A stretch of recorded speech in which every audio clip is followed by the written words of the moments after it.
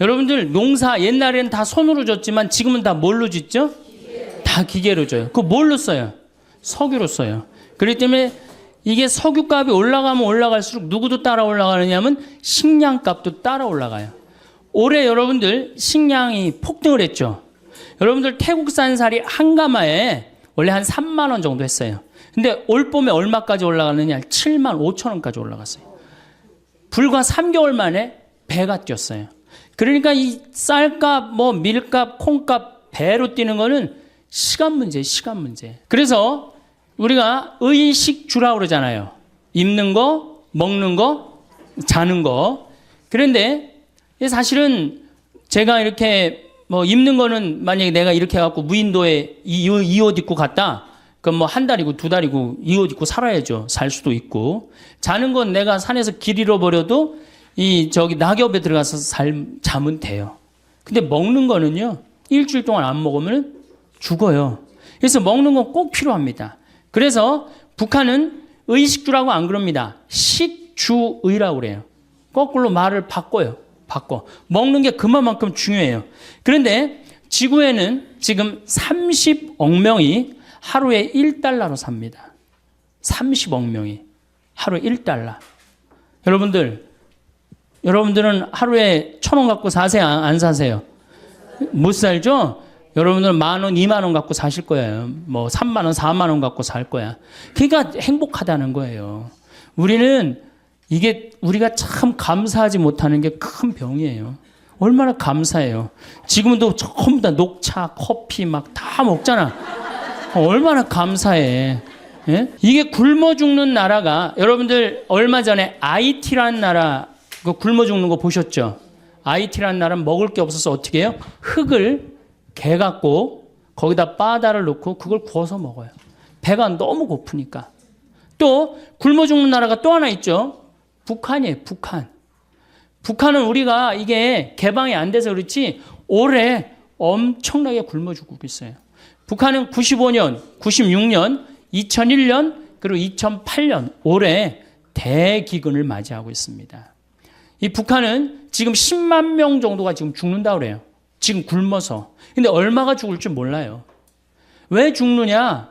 작년에 북한에 500mm 정도 비가 왔어요. 500mm 정도. 근데 우리나라는 500mm 비가 와도 아무 문제 없어요. 왜? 뭐가 있기 때문에?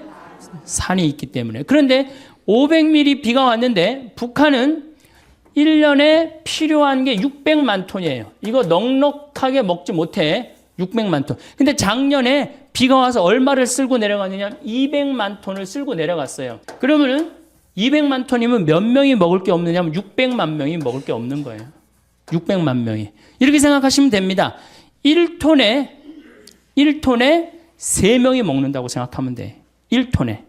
그러니까 200만 톤이면은 몇 명이 먹을 게 없어? 600만 명이 작년에 먹을 게 쓸려 다 내려간 거예요. 홍수에. 그래서 제 작년에 200만 톤이 쓸려 내려갔다는 얘기를 듣고 북한이 올해는 절단이 나겠구나. 그런 생각을 했어요. 북한이 얼마나 급했으면은 원자력 이제 완전히 다 개방했잖아요. 미국한테 다 줬어요. 우리나라가 지금 지원을 해줘야 되는데 이번 정부는 북한이 먼저 우리가 지원하지 않겠다. 급한 거예요. 북한이. 그러니까 미국이 지원을 지금 50만 톤 해준다 그래. 그래도 150만 톤이 부족합니다. 북한을 먹여 살릴 수 있는 나라는 누구밖에 없어요? 우리나라밖에 없어요. 그리고 미국에서 지원해주면은 배로 오는데 시간이 얼마나 걸려? 한 달, 두 달 걸려. 다 굶어 죽어요. 지금이 보릿고기 아니에요. 제일 심한. 그러니까 우리가 판문점으로 바로 지원해주면 되는데 그거를 지금 북한도 못하고 우리나라도 못하고 참 안타깝죠. 세상에서 제일 불쌍한 게 뭔 거예요? 사람으로 태어나서 굶어 죽는 거예요. 굶어 죽는 거. 다른 거 아무것도 없어요. 굶어 죽는 거예요. 근데 지금 북한은 저렇게 굶어 죽고 있어요. 그럼 북한이 왜 굶어 죽느냐? 이게 우리 잘 알아야 돼요. 왜 굶어 죽느냐? 90년대 소련이 무너지면서 북한에 식량 원조를 해주지 않습니다. 김일성의 최대 업적은 뭐냐면 인민들 배 안 굶기는 거예요. 김일성의 최대 업적은. 근데 먹을 게 없으니까 다급해진 북한은 어떻게 하느냐면 산의 나무를 다 자릅니다. 산의 나무를 다 자르고 어떻게 하느냐? 거기다가 옥수수 심고 콩을 심어요. 식량난을 해결하려고. 근데 그게 이제 대재앙의 원인이 되는 거예요. 여러분들 로마가 굉장히 쟁쟁한 나라라는 거 잘 알고 계시잖아요. 왜 망했어요? 산의 나무를 다 잘라갖고 벌거숭이로 만들고 난 다음에 로마가 망합니다. 모든 나라는요, 산의 나무를 자르면 망합니다. 아프가니스탄, 세계가 없다 그러잖아요. 산에 나무가 없고, 강에 물이 없고, 사람은 먹을 게 없고. 그러니까 산에 나무를 자르면 죽는 거예요. 그러니까 인간 문명은 나무로 시작해서 나무로 끝나요. 그만큼 나무가 중요합니다. 근데 우리나라는 6.25 전쟁 딱 끝나고 난 다음에 어떻게 완전히 벌거숭이 산이었어요. 일본으로 가면 어떻게 산이 완전히 울창했는데 우리나라만 오면은 비행기 타고 오면은 벌거숭이였다고 그랬어요. 그런데 이 벌거숭이 산을 우리는 30년 만에 다 한 거예요. 그럼 산에 나무가 없으면 무슨 일이 벌어지느냐? 자, 우리나라 여러분들 산에 가보면은 자, 산에 이렇게 갔어요. 그러면은 이 우리나라는 산이 울창하기 때문에 뭐가 막 덮어져 있어요? 산에? 그렇지. 낙엽이 막 쌓여져 있어요. 뭐 심한 데는 제가 얼마 전에 산 하나를 갔는데 길을 잃어버려갖고 허리까지 낙엽이 차더라고요. 그러니까 허리 대개 한 50cm 정도는 산에 낙엽이 있단 말이야. 산에 50cm 정도는. 그러고 난 다음에 나무가 있어요. 나무는 있고 그 다음에 뭐가 있어요? 뿌리가 있어요. 나무에는 나뭇잎이 있고. 그럼 우리나라는 200mm 산에서 하늘에서 빗님이 온다. 200mm가 빗님이 온다. 그러면은 제일 먼저 누가 빗물을 흡수를 합니까? 낙엽이. 여러분들 산에 가고 낙엽을 이렇게 들으면 어때요? 축축하죠? 그게 다 물을 먹고 있는 거예요. 그러니까 이게 푸석푸석하고 막 한 낙엽이 하늘에서 빗님이 오면 이게 다 먹는단 말이야. 그러니까 500mm 오는 거 아무 문제 없어요. 우리나라 500mm 와갖고 마을이 뜨거나 그런 일은 없어요. 참 좋은 거죠. 자, 이 낙엽이 다 물을 먹어. 그 다음에 누가 물 먹어요? 뿌리가 물을. 이 뿌리는 이렇게 생각하시면 돼요. 나무가 솟은 만큼 땅 속으로 뿌리가 박혀 있다. 이렇게 생각하시면 돼요. 그러니까 이 뿌리가 물을 먹고 어디다가 물을 보내주느냐 하면은 대수층이라는 데에 물을 보내줍니다. 그러니까 우리나라는 샘물이 참 많아요. 제가 이렇게 산에 살기 때문에 막 비가 하늘에서 빗님이 오시면은 이렇게 중간에, 그러니까 이렇게 막 이게 언덕이란 말이야. 언덕 중간에 물이 막 송송송송 새요. 왜 그럴까요? 뿌리가 다 물을 해주기 때문에. 여러분들 옛날에 그 펌프, 그리고 생각나시죠? 마중물 부어갖고 이렇게 하면은 그게 10m밖에 안 판 거예요. 여러분들 우리나라는 10m만 파면 뭐가 다 나와? 물이 다 나와요. 참 좋은 거죠. 그래갖고 펌프 해갖고 물을 쓸 수 있고 얼마나 좋아요. 자, 이게 이제 뿌리가 다 먹었어. 그럼 이제 누가 먹어? 그렇지. 낙엽이 다 먹어요. 여러분들 저 느티나무 저 보이시죠? 저거를 펼쳐놓으면 저 정도 나무면 굉장히 큰 나무인데 저거를 여름에 이제 완전히 잎이 넓어졌을 때 펼치면 학교 운동장을 다 덮어요. 저 나무 하나가. 저건 내가 보니까 더 덮을 것 같아요. 2,000평 정도 됩니다. 저거 잎을 펼쳐놓으면. 그러면은 낙엽을 찢으면 거기 물이 있어요, 없어요? 그렇게 여기에 물이 있고 낙엽에 물이 있고 대수층에 물이 있고 얼마나 물이 많아요. 그래서 여러분들 지난 30년 동안 우리나라가 가물어서 흉년이 들었다는 얘기 들었어요, 못 들었어요? 한 번도 못 들었죠? 근데 저 어렸을 때는 흉년이 들었다, 풍년이 들었다 그런 얘기 참 많이 들었어요.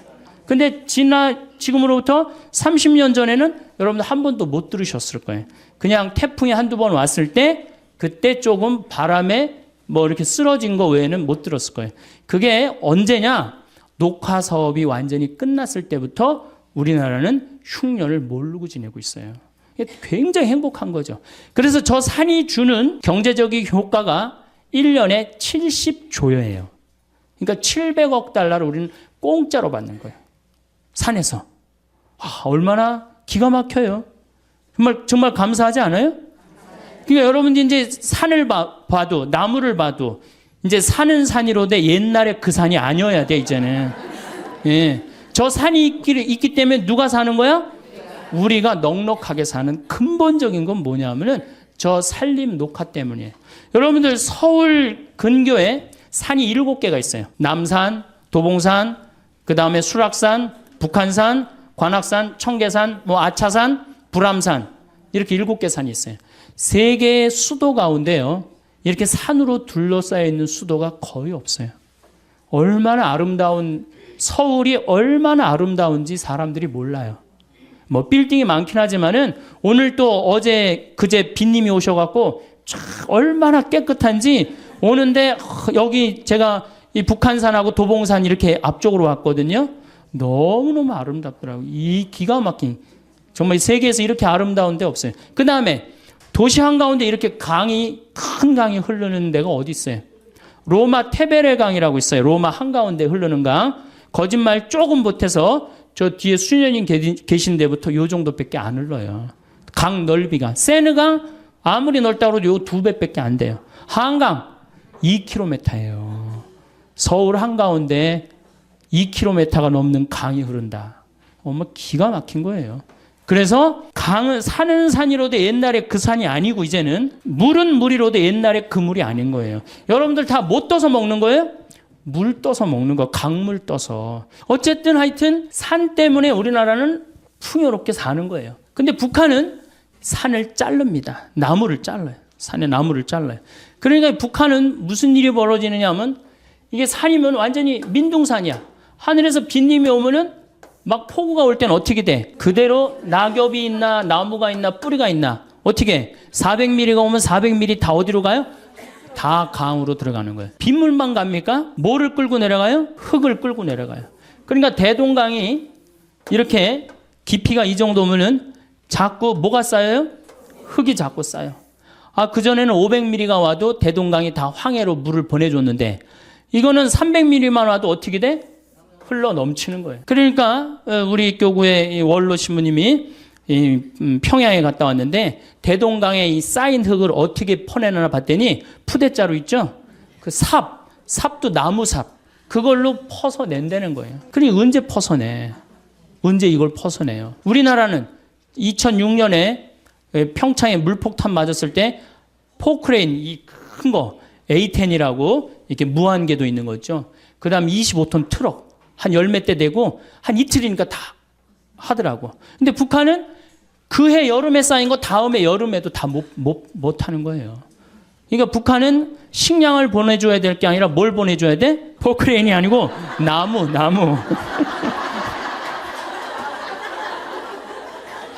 포크레인을 보내주면 기름이 있어야지 포크레인을 쓰지. 기름도 없는데 어떻게 포크레인을 써요? 그래서 북한은 지금 95년, 6년도 이때 아이들이 지금 몇 살이에요? 그때 태어난 아이들이 13살, 14살이에요. 아주 자라질 못하는 거예요. 그래갖고 6, 7살처럼 보여요. 초등학교 5, 6학년 애들이 못 먹어갖고. 여러분들 북한 군인 키가 157cm, 평균 키가 157, 요만해. 못 먹어서. 정말로 북한은 정말로 고통의 땅이에요. 뭐 때문에? 산에 나무를 잘랐기 때문이에요. 근데 우리나라는 산에 나무가 너무 많은 거예요. 얼마나 행복한 나라예요. 자, 산에 나무 많죠? 애 착하죠? 물건 잘 만들죠? 그런데 문제는 우리나라가 식량 자급률이 27%밖에 안 됩니다. 식량 자급률이. 쌀을 제외하면요, 식량 자급률은요 5%밖에 안 돼요. 쌀은 우리나라가 100%예요. 쌀은 100%인데 다른 거는 다 수입합니다. 소고기, 여러분들 밀 자급률이 우리나라가 0.1%예요. 0.1%. 그 다음 옥수수 자급률이 0.3%. 콩이 원래 5%였는데 막 웰빙 한다고 막 한 3년 전부터 콩 좋다고 막 난리를 쳐갖고 이제 한 10% 정도 올라갔어요. 소고기가 자급률이 여러분들 20%밖에 안 됩니다. 밀로 만들어 먹는 게 뭐가 있죠? 빵, 국수, 짜장, 짬뽕, 라면, 과자. 슈퍼마켓에 있는 모든 과자는 밀로 만들어요. 그런데 이게 99% 다 수입이에요. 그러면 우리가 호주나 미국에서 밀을 수입을 하는데, 미국에서 밀 수입한다고 한번 생각을 해봐요. 미국 아이들이요, 정말로 치사한 애들이에요. 수출하는 거랑 자국민이 먹는 거랑 완전히 구분합니다. 그래서 수출하는 건 어떻게 밀에 농약을 엄청나게 뿌려요. 비행기로 뿌려요. 심하게는 비행사가 그 농약에 취해서 어떻게 기절해갖고 추락까지 해요. 그렇게 비행기로 뿌려요. 그 밀밭에다가 엄청나게 농약을 뿌려요.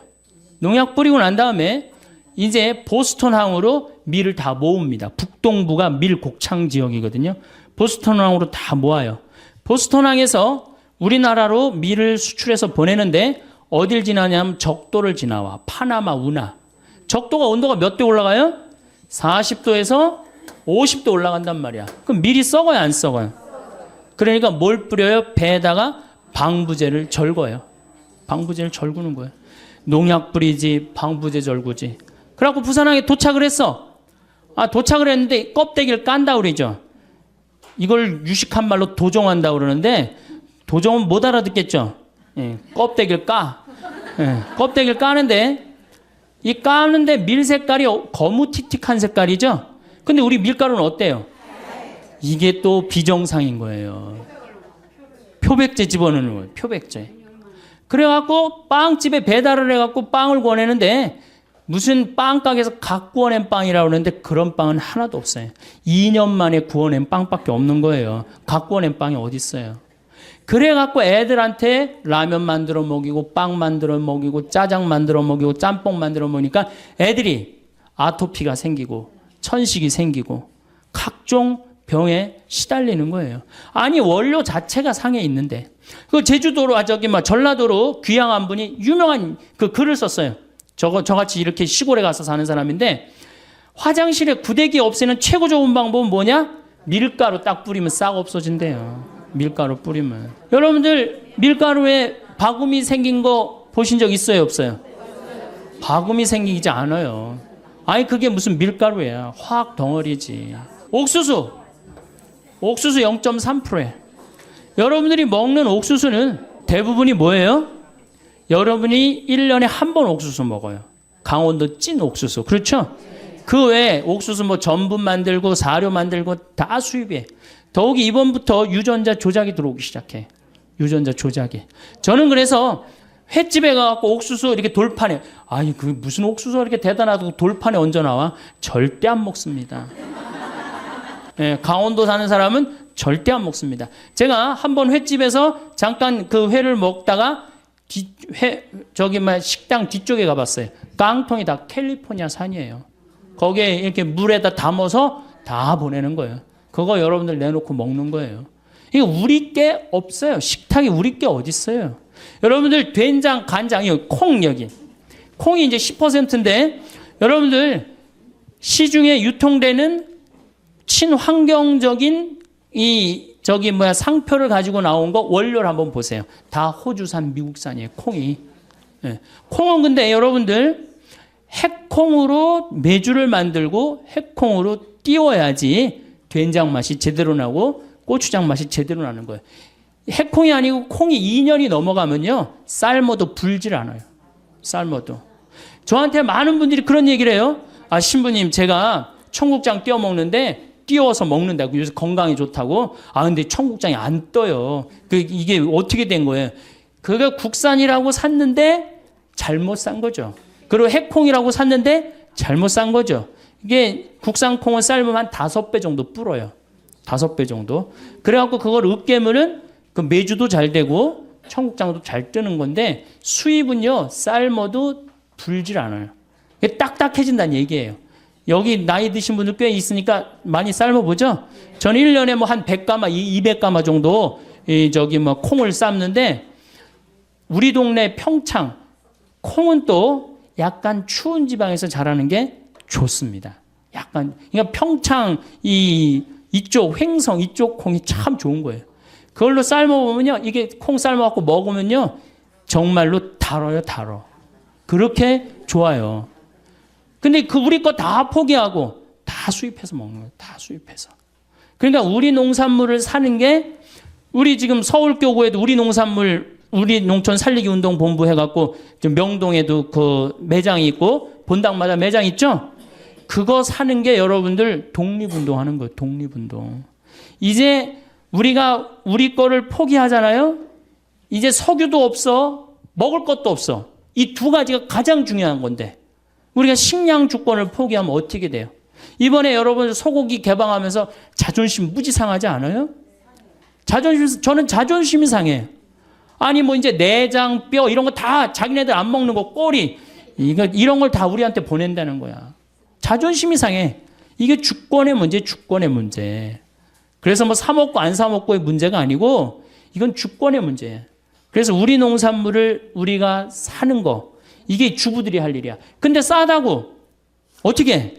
전부 다 수입으로 우리 농산물이 조금 비싸다. 비싸게 뭐가 비싸? 여러분들 1년에 쌀 몇 가마 먹어요? 3가마면 반반 먹는 집 중에 하나인데. 제가 이렇게 물어보면요. 한 가마에서 한 가마 반 정도 먹어. 80kg. 한 가. 네. 2가마 먹는 집도 있고. 그럼 여러분들 2가마라고 칩시다. 그럼 쌀 한 가마에 15만 원 정도 하죠? 그러면은 2가마면 30만 원이에요. 그런데 유기농 쌀은 24만 원이에요. 자, 1년 내내 제일 중요한 밥을 먹는데 유기농 쌀 24만 원, 그게 아까워서 그 유기농 쌀을 안 사고 3만 원, 4만 원짜리 하는 이 수입 쌀을 먹는다. 이게 머리가 없는 거죠. 생각이 없는 거죠. 1년에 한두 가마인데.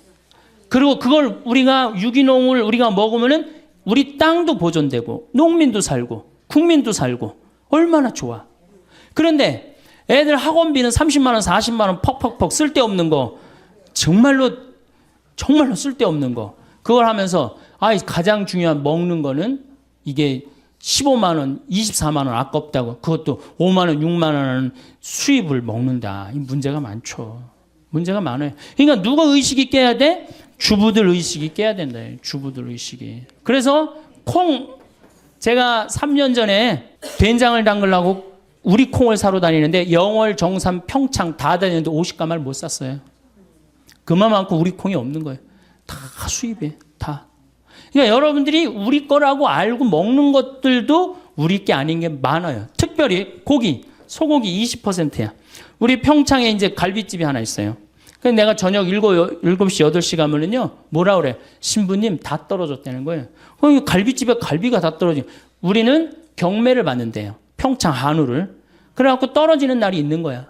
근데 도시에 나와보면은 그 많은 사람들이, 그 많은 고깃집에서 그 늦은 시간까지 그 한우 고기라고 다 먹는 거 보면 신기해요. 80%가 수입이에요. 지금도. 이제 미국에서 들어오면 95%, 5%대로 떨어져요. 5%대로. 그러니 정말로 우리 한우, 소고기, 대한민국이 그래도 이제 먹고 살만해 갖고 쇠고기 좀 먹는다고 그랬는데 이 우리 고기가 하나도 없으니 참 문제죠. 그러니까 싸다고 들여온다. 이것도 좀 우리가 생각해 봐야 될 것 같아요. 얼마 전에 대통령께서 그런 말을 했어요. 우리나라도 일본처럼 1억짜리 소를 이제 생산해냈다고. 참 가슴 아픈 얘기예요. 왜냐하면 여러분들 1억짜리 소고기 먹으려면 얼마 들고 나가야지 4인 가족이 먹어요? 150만 원 들고 나가야지 먹어요. 여러분들 그럴 수 있어요, 없어요? 먹지 말라는 얘기지. 1억짜리 고기는. 아니면 광우병 위험이 있는 고기를 먹든지. 제일 좋은 건 뭐야? 우리 한우를 살리는 거예요. 아니, 한우뿐만 아니라 모든 걸 우리 거를 살리는 거예요. 여러분, 이스라엘은 식량 자급률이 100%입니다. 이스라엘 가보면요, 다 사막이에요. 근데 요르단강에만 거의 식량을 농사를 져요. 그런데도 그 열악한 나라가 식량 자급률이 100%예요. 기부추를 형성해갖고. 2000년 동안 떠돌아다니면서 절대적으로 느낀 게 뭐예요? 먹는 거예요, 먹는 거.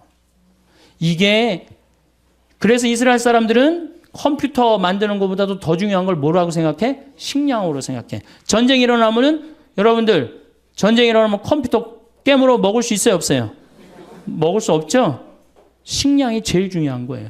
그래서 이스라엘 사람들은 평지에 아파트를 안 짓습니다.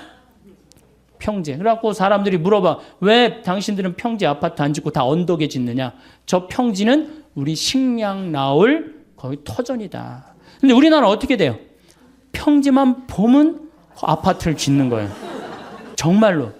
평지. 그러니까 식량에 대한 정책의 개념이 없는 거죠. 우리가 사다 먹으면 된다고요? 여러분들, 우리나라가 IMF 터졌을 때 제가 본당 신부할 때 돼지 농사 짓는 사람들 다 망했어요. 왜? 사료가 폭등하잖아요. 다 수입하기 때문에. 그러니까 식량은 외부의 영향을 너무너무 많이 받아요. 올해도 마찬가지. 올해도 33개 나라가 먹을 게 없는 거예요. 필리핀이 우리나라처럼 식량을 포기합니다.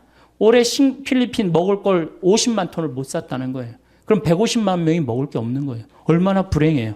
우리나라도 만약에 이제 쌀값이 지금 15만 원, 뭐 7만 원, 8만 원 하던 게 쌀값이 석유값처럼 30만 원, 40만 원, 우리는 굶어 죽는 사람 없을 것 같아요? 굶어 죽는 사람 많습니다. 자, 식량 문제는 왜 우리가 위험하냐? 우선 첫 번째로 지구 온난화 때문에 식량 문제는 위험해요. 지금 세계를 먹여 살리는 나라가 캐나다하고 호주예요. 호주. 호주가 식량 수출을 제일 많이 합니다. 근데 5년 동안 가물었어요. 지구온난화 때문에. 그래갖고 호주가 식량을 생산하지 못하는 바람에 어떻게 됐어요? 세계가 지금 고통을 앓고 있는 거예요.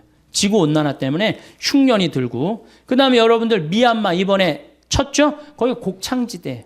작년에는 사이클론 시드로라고 있어요. 방글라데시 쳤죠? 방글라데시도 쌀 생산을 엄청나게 하는 데거든요.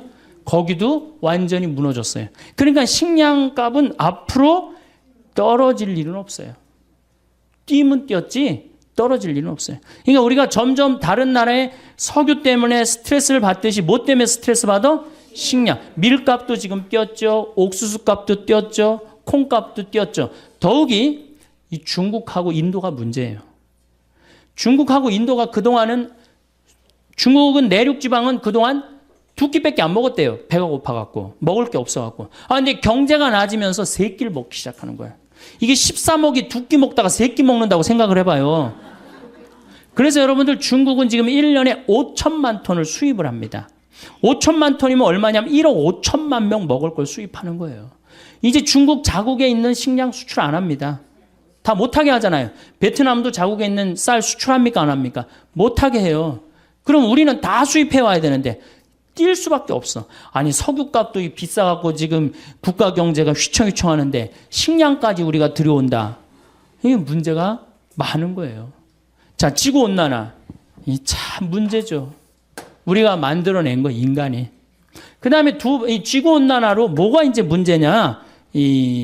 이거는 2004년 미국 국방보고서 얘기예요. 이 농사를 강에 의지해서 짓잖아요. 그렇죠? 물에 의지해서. 물론 하늘에서 빗님이 제때제때 내려주면 딱 좋으시겠는데 내륙 지방은 빗님을 안 내려주시고 해안 지방은 빗님을 너무 내려주시는 거예요. 지금 추세가 계속 그런 추세예요. 그러니까 해안 지방도 힘들고 내륙 지방도 동시에 다 같이 힘들어요. 그러니까 지구가 먹는 것 때문에 고통스러운 거예요. 지금 지구가 가장 고통스러운 나라는 북한이고. 근데 이게 이제 자기네 나라를 개방하면 정말 북한의 고통스러운 거 우리가 볼 수 있을 거예요. 어쨌든 강물에 의지해서 사는데 이 강물의 근원은 우리나라는 산인데 유럽은 알프스 만년설에 의지해서 삽니다. 알프스가요. 북쪽으로는 라인강이 흘러요. 스위스, 독일, 프랑스, 네덜란드를 흘러요. 이 네 나라를 먹여 살려요. 동쪽으로는 다뉴브강이라는 게 흘러요. 17개 나라를 먹여 살려요. 헝가리, 여러분들 체코 이런 나라 다 다뉴브강 흘러요. 남쪽으로는 포강이라고 흘러요. 이탈리아를 먹여 살려요. 그러니까 알프스가 유럽을 먹여 살리는 거예요. 농사로. 그런데 이게 노가 없어지는 거, 뜨거워지니까. 근데 2020년이면 다 노가 없어진다는 거예요.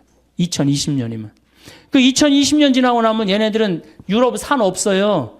그 독일의 그 흑림 빼고는 거의 산 없어요. 다 깎아버렸어요. 토지 대개혁을 해갖고.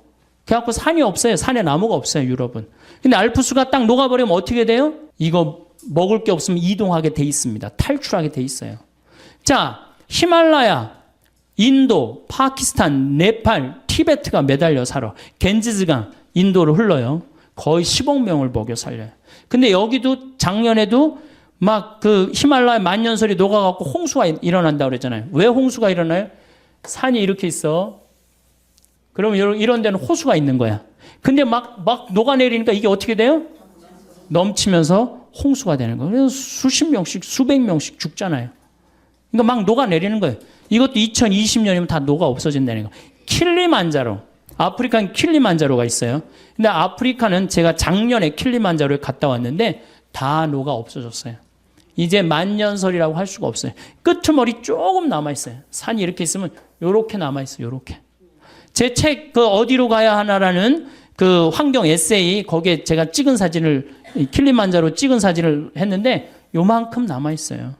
그러니까 아프리카는 지금 어떤 땅이 돼? 고통의 땅이 돼 있잖아요. 소말리아, 케냐, 이디오피아, 동북 지방이라고 그러는데 여기는 비가 30년 동안 안 옵니다. 30년 동안 안 와갖고 애들이 너무너무 목이 마르. 그럼 어떻게? 자기 오줌을 받아 먹어요. 너무너무 목이 마렸기 때문에. 지금 우리가 이 너무 좋은 여건에서 살아갖고 지구가 얼마나 병들고 힘들어하는지 우리는 잘 모르는데 조금만 여기저기 돌아다녀 보면요. 얼마나 지구는 지금 이게 거의 정말 생명체가 완전히 망가지고 있는 거예요.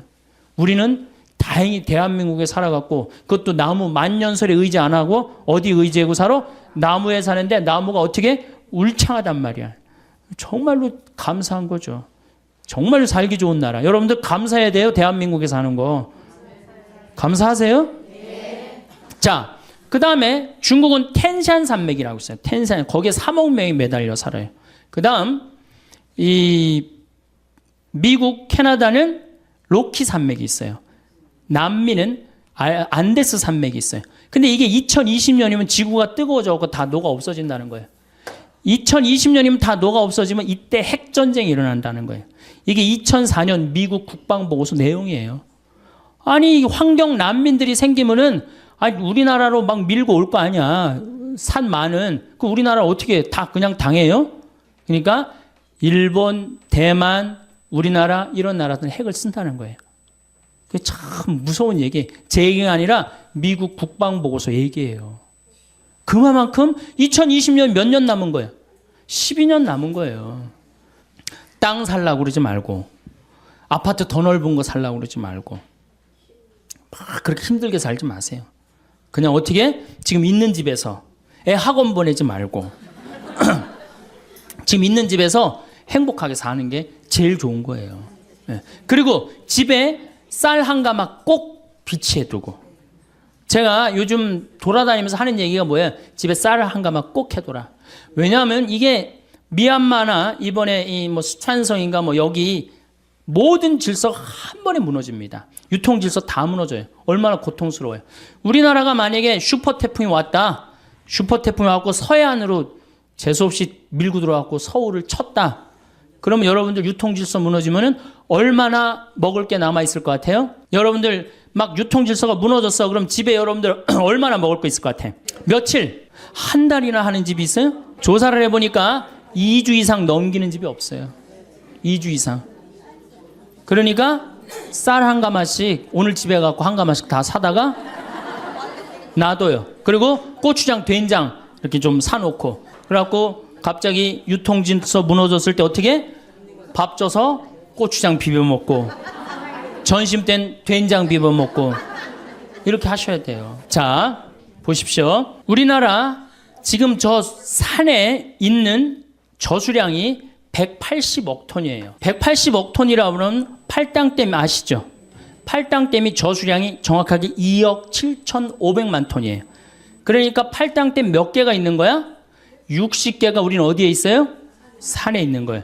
2020년에 가장 경쟁력이 있는 나라는 어느 나라? 대한민국이에요. 에너지만 좀 절약하고 식량만 우리가 확보되면요, 우리나라 정말로 살기 좋은 나라예요.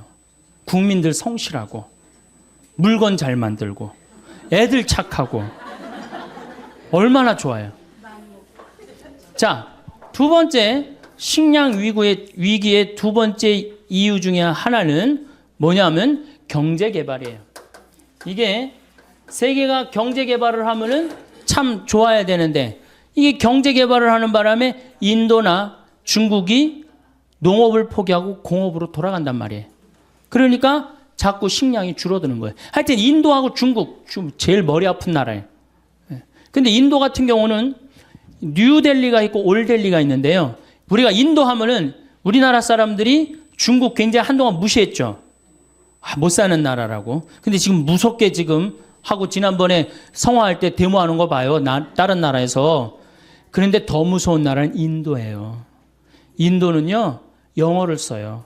그리고 인도가요, 학구열이 우리나라보다 더 높습니다. 예.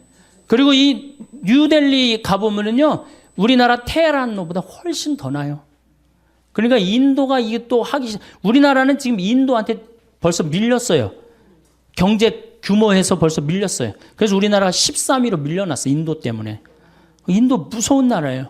근데 얘네들이 안 먹다가 막 먹기 시작하는 거예요. 그러니 이게 경제 개발 때문에 이게 식량의 위기가 온단 말이에요. 세 번째, 석유값 폭등 때문입니다. 석유값이 폭등하니까 바이오 에너지를 써요. 바이오 에너지. 옥수수에서 기름을 추출해갖고, 콩에서 기름을 추출해갖고 쓰니까 옥수수값하고 콩값이 뛰어야 안 뛰어요? 엄청나게 뛰는 거죠. 그러니까 한번 생각해 보세요. 지구온난화를 우리가 거부할 수 있는 것도 아니고 경제 개발을 거부할 수 있는 것도 아니에요. 그렇다고 석유값이 떨어질 리도 없어요. 물론 떨어지겠죠. 한 번은 떨어질 거예요. 뭐 이렇게 피크를 찍었다가 그게 200달러면 안 되고, 제 바람은 한 130~1달러에서 딱 찍고 떨어지면은 우리나라가 괜찮은데, 만약에 150달러까지 올라가면은 이거 정말로 보통 신경 써야 되는 거 아닙니다. 그 다음에 네 번째, 인구가 너무 많아. 지금 인구가 69억 명이에요. 69억 명. 아니, 지구는 예수님 태어났을 때 몇 명이에요? 2억 5천만 명에서 지구 전체. 예수님 태어났을 때 5억 명 되는데 1650년에 5억 명이 됐어요. 그 다음에 10억 명이 되는데 1850년에 10억 명이 됩니다. 25억 명이 되는데 1950년에 20억 명이 돼요. 그런데 40억 명이 되는 데는 1980년에 40억 명이 돼. 30년 만에 배가 되는 거예요. 그러니까 이게 엄청나게 인구가 많은 거예요. 인구는 늘어나는데 지구는 늘어나요, 안 늘어나요? 안 늘어나죠? 그 다음에 여러분들, 올해 쌀값 뛰기로 다 약속이 돼 있었어요. 왜 쌀값이 뛰기로 약속이 돼 있었느냐면 2007년을 정점으로 해서 곡물 생산이 떨어집니다. 2010년에 가서는 쌀 생산이 얼마나 줄어드느냐? 무려 1억 500만 톤이 줄어들어요. 그럼 아까 제가 말씀드렸죠. 1억 500만 톤이면 3억 명이 먹을 게 없는 거예요. 2010년에 가면. 그러니까 2007년까지는 쌀이 남아 돌았었어요. 사실은. 근데 2008년부터 쌀이 줄어들기 시작하는 거예요.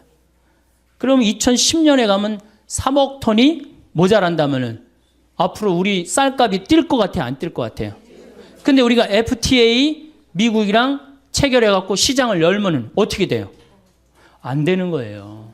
이게 식량은요, 이거는 주권이라고 그래요, 주권. 그래서 우리 농산물을 사먹는 거는 뭐 하는 거야?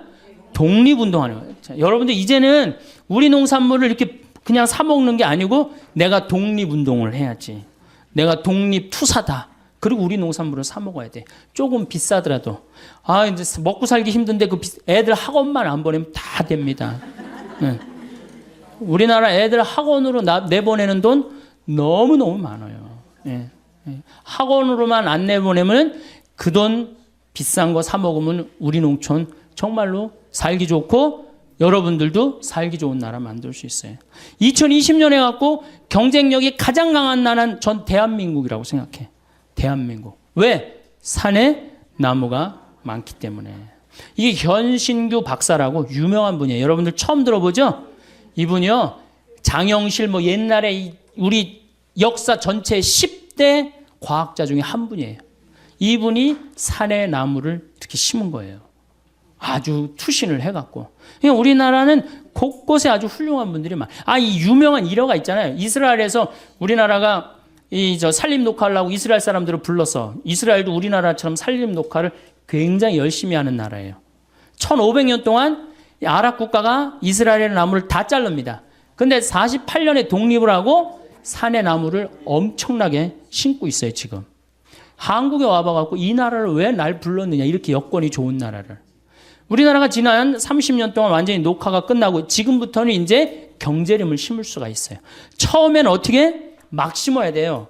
처음부터 경제림이 자랍니까? 흙이 건강하지 않은데.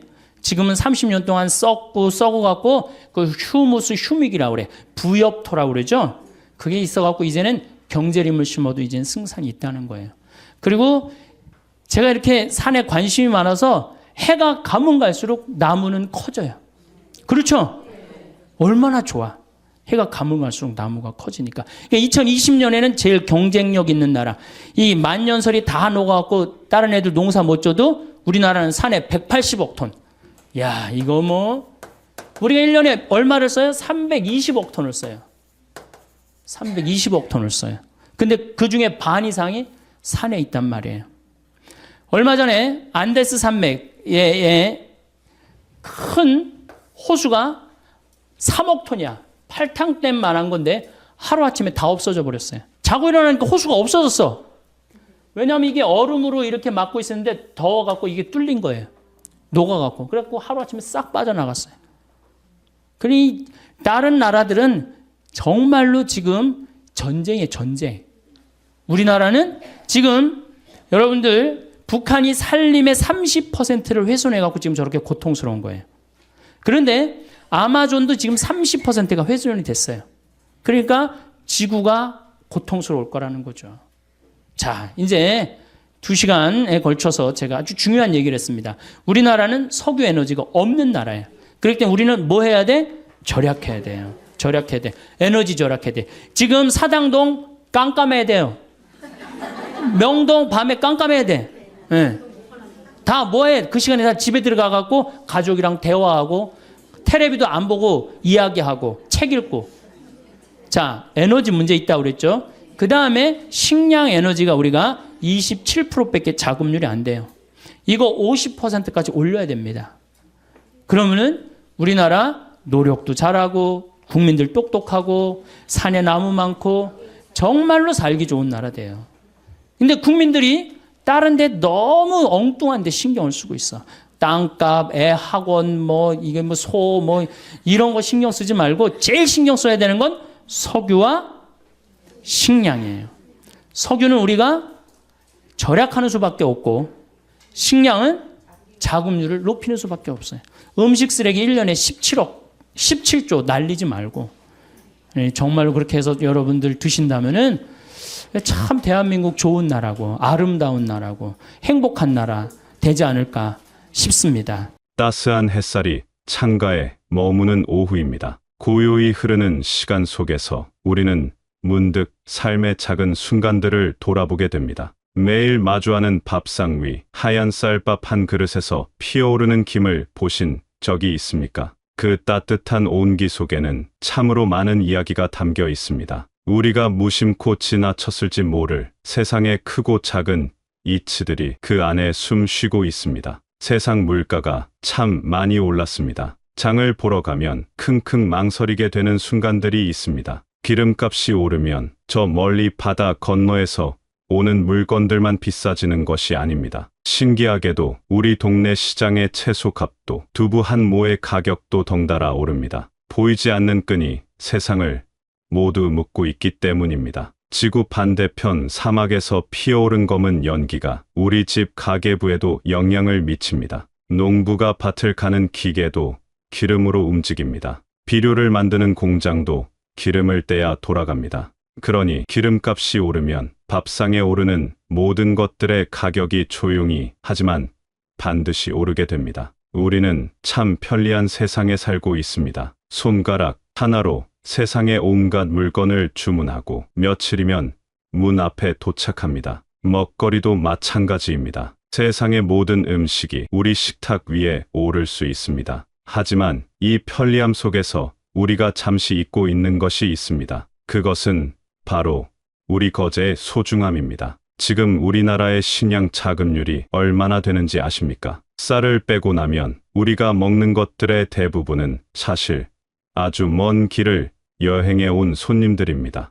우리가 즐겨 먹는 빵과 국수를 만드는 밀, 고소한 옥수수, 이들의 고향은 대부분 우리 땅이 아닙니다. 0.3%. 이것이 바로 우리 땅에서 나는 밀과 옥수수의 비율입니다. 거의 모든 것을 수입에 의존하고 있다는 뜻입니다. 먼 길을 오는 손님은 조금 피곤한 모습일 수밖에 없습니다. 수천 킬로미터를 배를 타고 오는 동안 굳은 날씨를 견뎌야 합니다. 벌레도 생기지 말아야 하고 썩지도 말아야 합니다. 그래서 어쩔 수 없이 긴 여행을 버티게 해줄 약을 뿌리고 방부제와 같은 옷을 덧입게 됩니다. 우리의 눈에는 보이지 않지만 그 하얗고 고운 밀가루 속에는 긴 여행의 고단함이 숨어 있을지 모릅니다. 요즘 우리 아이들이 아토피나 천식 같은 병으로 고생하는 모습을 보면 마음이 아픕니다. 우리가 무심코 먹는 음식이 우리도 모르는 사이에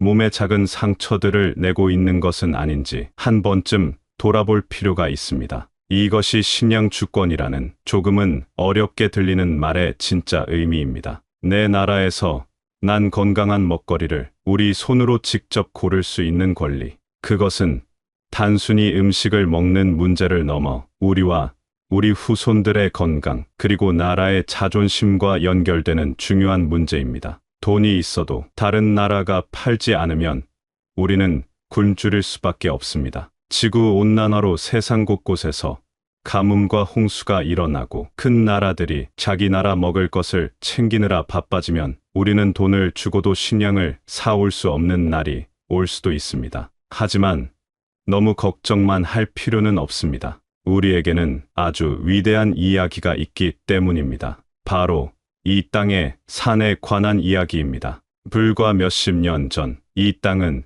전쟁으로 인해 벌거숭이였습니다. 산에는 나무 한 그루 제대로 서 있기 힘들었고 비가 오면 흙탕물이 온 마을을 덮쳤습니다. 먹을 것이 없어 나무 껍질을 벗겨 먹던 시절이었습니다. 그 잿더미 위에서 우리의 아버지들과 할아버지들은 나무를 심기 시작했습니다. 당장의 배고픔보다 더 중요한 것이 있다는 것을 알았기 때문입니다. 산에 나무를 심는 것은 훗날 자식들이 살아갈 터전을 만드는 신성한 일이었습니다. 그렇게 30년, 40년이 흘렀습니다. 세상 사람들은 모두 불가능하다고 말했습니다. 전쟁으로 폐허가 된 나라가 그 짧은 시간 안에 푸른 숲을 다시 만드는 것은 기적이라고 했습니다. 하지만 우리는 해냈습니다. 벌거숭이 산은 다시 짙은 녹색 옷을 입었고 이제는 세상에서 가장 아름다운 숲을 가진 나라 중 하나가 됐습니다. 이것이 바로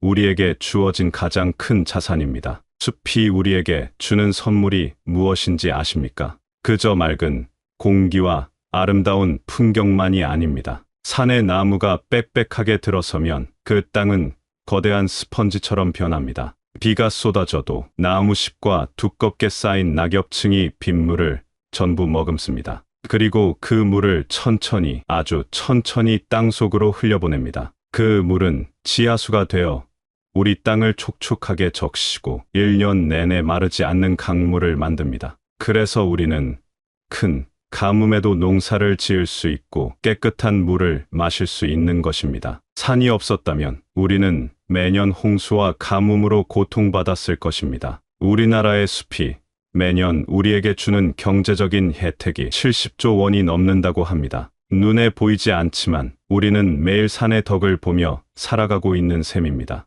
도심 한가운데 큰 강이 흐르고 조금만 나가면 푸른 산이 반겨주는 곳, 이런 아름다운 자연을 가진 곳은 세상에 그리 많지 않습니다. 우리는 정말 축복받은 땅에 살고 있습니다. 이야기는 다시 우리 밥상으로 돌아옵니다. 푸른 산을 다시 일군 그 지혜와 끈기가 지금 우리에게도 필요합니다. 거창한 일이 아닙니다. 시장에 가서 물건을 고를 때 조금 더 비싸더라도 우리 땅에서 난 농산물을 선택하는 것, 그 작은 선택이 바로 오늘날 우리가 할 수 있는 가장 위대한 독립운동입니다. 우리 농산물을 사주는 것은 땀 흘려 일하는 농민의 허리를 펴주는 일입니다. 그것은 우리 땅을 살리는 일이고 결국 우리 아이들의 미래를 지키는 일입니다. 농부가 농사를 포기하면 그 밭은 황무지가 됩니다. 우리 땅에서 식량을 만들지 못하면 우리는 영원히 다른 나라의 눈치를 보며 살아야 합니다.